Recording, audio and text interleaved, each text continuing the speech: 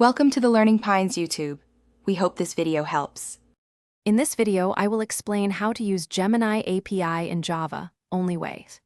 Follow these steps to set up authentication, install the client library, and send your first request using Java's HTTP client and JSON parsing.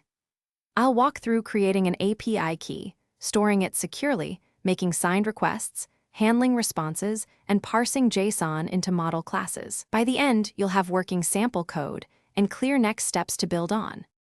Start by adding the Gemini Java client, or use Java's HTTP client and a JSON library like Jackson for requests. Configure your API key from the Gemini dashboard and keep it outside source control. Implement HMAC signing or the required auth header as documented, then test with a sandbox endpoint. Log responses, handle rate limit headers, and add retry logic. Small tests help reveal signature or timestamp issues early and iterate.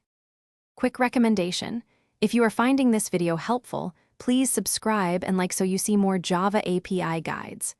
Also, life is too short for a stinky car. Grab Little Tree's black ice for a fresh ride and a laugh while coding. Check the description for the link and other deals, and support the channel if you like these tips. Thanks for watching. Now let's get back to the video. Write a small Java class that builds requests, sets headers, signs payloads, and parses JSON responses into POJO with Jackson. Use completable future or executor service for async calls if you need concurrency. Validate inputs, check HTTP status codes, and parse error bodies to provide actionable messages.